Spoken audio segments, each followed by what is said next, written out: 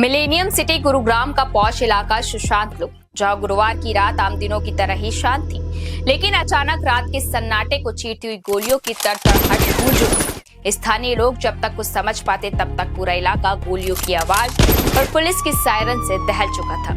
ये कोई मामूली गैंगवार नहीं था, बल्कि गुरुग्राम पुलिस की क्राइम ब्रांच और विदेश में बैठे एक खूंखार गैंगस्टर के शूटरों के बीच आमने सामने की खूनी मुठभेड़ थी। दो तरफा गोलीबारी जब शांत हुई तो मंजर खौफनाक था।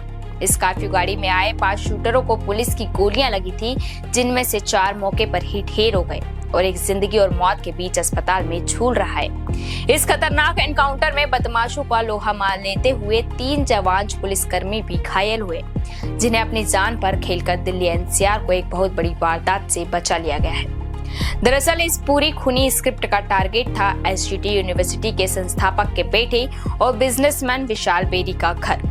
क्राइम ब्रांच की टीम को कंट्रोल रूम से एक इनपुट मिला था कि एक संदिग्ध स्कॉर्पियो गाड़ी में अत्याधुनिक हथियारों से लैस बदमाश सुशांत लोग फेज 2 में घूम रहे हैं। जब तक पुलिस टीम मौके पर पहुंचती है, इन शूटरों ने विशाल बेरी के घर पर अंधाधुंध फायरिंग शुरू कर दी थी। विशाल बेरी उस वक्त घर के अंदर ही मौजूद थे और उनसे पूरे 1 करोड़ रुपए की मोटी रंगदारी मांगी गई थी। पुलिस ने जैसे ही बदमाशों को घेरा और उन्हें सरेंडर करने की चेतावनी दी, तो अपराधियों ने खुद को घिरता देख पुलिस टीम पर ही जानलेवा फायरिंग झोंक दी और भागने की कोशिश करने लगे।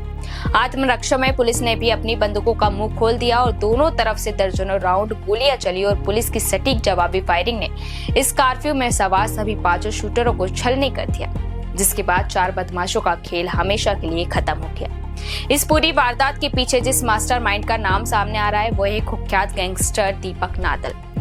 पुलिस तफ्तीश में चौंकाने वाला खुलासा हुआ है कि मारे गए सभी शूटर दीपक नादल गैंग के एक्टिव मेंबर थे, जिन्हें 7 समंदर पार बैठकर उनका आका निर्देश दे रहा था। दीपक नादल भारत से दूर विदेश में बैठकर हरियाणा, दिल्ली और आसपास के राज्यों में अपना खौफ फैला रहा है। वो इंटरनेट कॉलिंग और सीक्रेट चैटिंग एप्स जैसे जंगी और सिग्नल के जरिए अपने शूटरों के संपर्क में रहता है और उन्हें हथियार से लेकर पैसे तक मुहैया कराता है।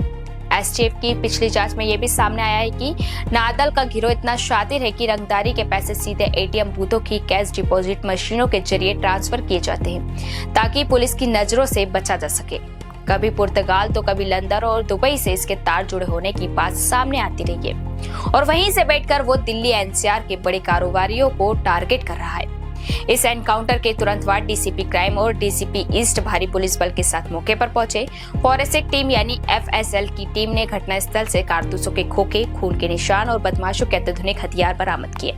पुलिस के आला अधिकारियों का साफ कहना है कि किसी भी अपराधी या गैंगस्टर को बख्शा नहीं जाएगा, चाहे वो देश में हो या विदेश की किसी धरती पर छिपा हो। गुरुग्राम के इस एनकाउंटर ने एक बार फिर साबित कर दिया है कि दिल्ली एनसीआर में भले ही अपराधी पैर पसारने की कोशिश करे, लेकिन कानून का शिकंजा उनके खात्मे के लिए हमेशा तैयार खड़ा है। अब देखना यह होगा कि हरियाणा पुलिस और एसटीएफ विदेश में बैठे इस दीपक नादल तक पहुंचने के लिए अगला क्या बड़ा कदम उठाती है।